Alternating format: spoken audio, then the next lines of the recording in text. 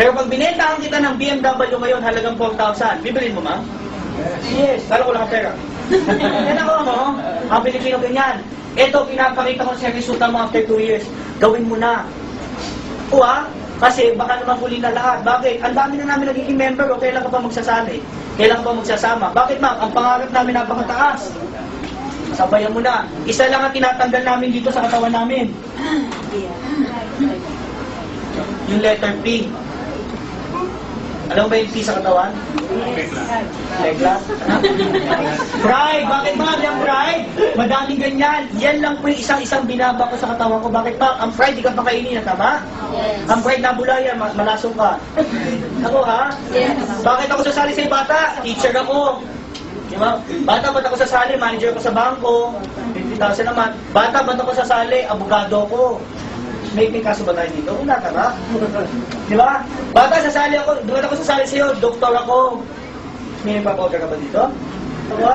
Bata, ba't ako sasali sa'yo? Engineer ako. Ba't may nagpapacheck ba na engine dito?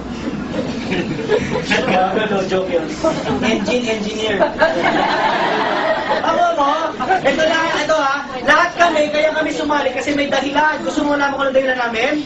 Dreams. Gusto mo malaman ang dahilan namin? O simple, umuwi ka ng bahay. Tingnan mo yung bahay mo. Kung ikaw malungkot sa bahay mo, sumali ka ng B-Mobile. Pero kung masaya ka na sa bahay mo, huwag ka na sumali. Bakit? Kontento ka na, tama? Yes. Pagpasok mo ng bahay mo, nakita mo garahe, may kotse ka doon, masaya ka na sa garahe mo, at sa kotse mo, huwag ka nang sumali. Pero kung hindi ka pa masaya, sumali ka, bumalik ulit dito. Pasok ka ng bahay mo, nakita mo yung sala mo, masaya ka na sa mga nakikita mo. Huwag ka na sumali sa B-Mobile. Kung hindi ka pa masaya, sumali ka. Bakit, ma'am? Dito mo kitain yung nalalagay natin dyan.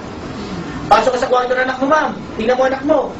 Kung masaya ka na sa anak mo, huwag ka sumali ng B-Mobile. Kung hindi ka masaya sa anak mo, kasalanan mo yan. Ikaw gumawa, Ako mo, masimple lang, may dahilan kami dito. Kung gusto mo sumarap buhay mo at maging milyonaryo at may pangarap ka, gusto mo kunin to, sumali ka. Nakuha, palakpakan mo naman yung ganun. Hindi lang hindi lang ako ang kumita dito. May isa po kami mga dealer dito. Ngayon po, magdadalawa na ang coaching niya. Siya po ay 22 years old lang. At na-explain namin ng business. Ang maganda pa dyan, pinsan ko siya. Ang malupit pa dyan, single. Ay, hindi. May girlfriend pala. Pero hindi sila kasal. Kaya sila na yung negosyo. Ito malupit. Ang weekly po na kinikita ngayon, humigit ko mo lang 150,000 to 200,000 per week. Bagong graduate pa. Ito malupit. Palakpakan naman natin si Victor.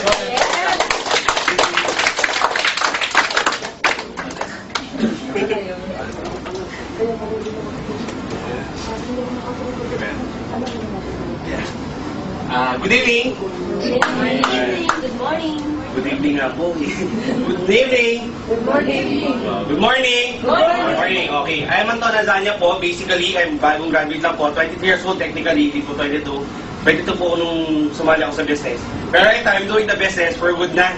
Actually, to be honest with you, before, inintroduce sa akin yung parang medyo skeptic kasi I understand yung sitwasyon niyo po. Pinakita niya rin din po sa akin yung negosyo. Pero una, sabi ko parang mahirap. Kasi katulad ko, bagong graduate, pero magsisimula ka ng negosyo. Pero nung nakita ko yung opportunity, sabi ko, sige, susubukan ko. I know I can do it eh. Kasi in this case, magkano? 1.7. Ilang friends mo dito? Ilang kaibigan mo i-invite? Dalawa. Meron ba dito? Higit sa dalawang kaibigan? Yes. Ikaw ma'am, dalawa lang ba po ba kaibigan nila? Marami pa doon. More than, mga 3 naman, no? Maganda na yan, ma'am. Kasi kung 3 kaibigan mo, hindi mas mabilis, tama? Pero look at this. Katulad ni Kuya, actually, I'm very thankful to that person kasi siya po yung nagbago ng buhay ko. Aside from B-Mobile, si Kuya Kiwi rin po nagturo sa akin dahan-dahan kung paano ko gagawin yung negosyo. Pero basically, to show you, ito po yung mga nangyayari. Pwede na po ba sa isang linggo? Yes. Matanong ko lang, 72,000 para sa bagong graduate. Normal, abnormal? Abnormal. Sino na tawag sa akin? Abnormal. Okay lang? Yes. O sir, matanong ko lang, sir, ikaw ba normal, abnormal? Normal. Sir, kung palit tayo, okay lang? Weekly rate, bibigyan niya sa'yo. Normal ka ba, abnormal? Abnormal. Welcome to the club. Palakpakan mo naman si sir. Alright. Pero kasabi nga din dito, kayang pigilan ng mga dealers? Hindi. O susunod na linggo na naman. O, pwede na po ba? Yes. Eh, may problema ka na naman, sir. Dahil tumulong ka sa maraming tao, hindi mo naman mapipigilan. Pwede na? Yes. Pwede na. Ito nga pala po yung actual check. Kasi Friday, nagpunta po ang Pampanga to help my dealers. Ito na po yung nangyari. 152,000. Pwede na? Yes. Come to the concept, simple lang. Ang negosyong to, dapat willing kang tumulong para kumita. Hindi ito yung para sa isang tao na ikaw lang mang pwedeng kumita. Kailangan willing ka rin kumita para tumulong. At the same time, simple lang naman eh. O pag-usapan natin ha, sir, basically sa sitwasyon nyo ngayon, do you think madali po bang kunin ang mga pangarap mo? Sa ikaw mag-isa? Mahirap? O sir, ganito na lang. Okay lang ba? Ngayon, araw na to, lahat na nakikita mo sa paligid mo, kasama sa pagkuha ng pangarap mo, okay lang? Do you think mas madali paraan yun? Willing ka ba tumulong? Willing ka rin bang magpatulong, sir? Oh, with that is, magiging successful sa negosyo to. Katulad ko po, humingi lang din po ako ng tulong sa pinsan ko kung paano ko gagawin ang negosyo. Tinulungan niya rin po ako, tumulong din ako sa maraming tao. Nangyayari? Nangyayari. O, come to think of this, ito na po yung mga accounts ko. Kasi last, September, ito po yung nakuhang, ng isang account ko. Pwede na? 733,000. Yes. Pwede? Yes. Okay. Yan nga, sabi nga natin, tuloy-tuloy lang yan. O, ito, after 29 days, 860 naman. Okay? Kasi ginawa ko, 3 accounts ko, hindi ko po nilimitahan ang sarili ko sa isa. Ginawa ko 3. Okay? Kaya may kita mo, dito ko nagulat. Pwede na? Pwede na po ba? Yes. Yung parang di ba hindi natutuwa? Pinupulot lang po ba? Hindi, di ba? Mahirap pong gawin yan. Kung effort mo, ano gagamitin. Pero in this case, humingi lang din po ng tulong. Nangyari? Yes. Alright. Eto, lastly, pwede na? Ito yung pinaka-recent. Pwede na? 1.1 million? Yes. Pwede. O sabi nga ni Kuya Piwi, kailangan mo lang tanggalin itong sa katawan mo. Alam mo bakit? Sabi nga, pwede pa kayo sa pamilya? Hindi. Pwedeng bumuhay ng pamilya? Hindi rin. Kasi pag pinakain mo sa pamilya mo ang pride, sabi nga niya, bubula ang bibig ng mga yan? Sabon? Okay? Sa negosyong to, tinanggal ko lang to. Marami sabi sa akin, alam mo, hindi para sa iya. Kasi nung pag-uwi ko sa bahay, in-explain ko yung negosyo sa nanay ko. Sabi sa akin ng nanay ko, nahihilo ka na ba? Oo. Tatay ko, sabi ko, Dad, hindi ka na kailangan magtrabaho. Ako nagagawa ng paraan. Pero sinabi ko sa kanya yung 900,000, sabi sa akin ng tatay ko, gutom ka ba? Sad to say, pero normal po yan sa ating mga Pinoy. So, see is to believe. Tama? Kabaliktaran tayo ng mga in-check. Gusto ng mga in-check?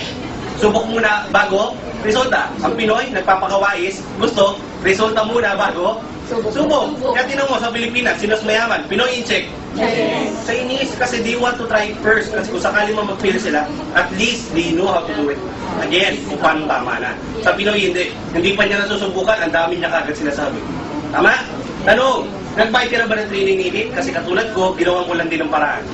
Pero tingnan mo naman, magkano po ba ang binali? At gano'n po ba karaming tao na tulungan ko with this business? You agree? Yes. Alright. Hindi mobile, simple lang. 3 months ko lang itong ginawa. Nung sabi sa akin ng tatay ko, meron ka 3 months para gawin yung negosyo. Pag hindi ka nag-succeed in 3 months, pumunta ka ng Singapore, doon ka magtrabaho. Sabi ko naman, sige Dad, give me 3 months. Pinayagan niya nga ako, pero araw-araw sa ginawa ng Diyos, araw-araw niya rin ako sinisigawan. Araw-araw niya rin ako napagalitan. Pero alam mo, I never take it against them. Kaya sabi ko nga, malamang may rason siya kung bakit niya ginagawa sa akin yun. Pero sabi ko nga, kung diniscourage niya ako, sinachallenge man lang niya ako, ginawa ko, dinobaltay ko lang yung trabaho ko. Kasi in that case, ibig sabihin, may rason siya kung bakit niya ginagawa yun. Tama? Pero, in 3 months, B-Mobile po. Kaya sobrang proud ako sa negosyo to. Kasi tinanggal ko lang yung pride. Alam mo, pag tinanggal mo pride, anong balik? Tanong mo sa akin ano? No. Tanggalin mo lang yung pride. Anong babalik sa akin? Right. Okay? Ito po, papakita ko rin sa inyo. I'm very proud of this car. Okay? Ngayon po, after 3 months, nakabili ako ng sarili ko Nissan Sipiro. Wow. Kung titingnan mo, hindi ito yung pinakamahal, hindi rin po yung pinakabago. Alam mo bakit ako sobrang proud sa coaching to? Kasi every centavo of this, akin po. Yes. Hindi po ito galing kung kanino, hindi ito galing sa parents ko. Ay, okay? Tapos last week, nabili ko na rin po yung sarili kong Expedition. Okay? It's because also of the help of B-Mobile. Kaya sabi nga natin, gawin mo itong negosyo, hindi lang because of money.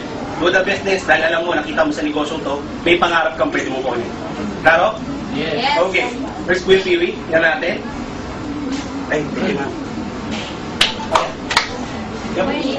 Yeah, say up. Yeah, say up. Alright. Yan.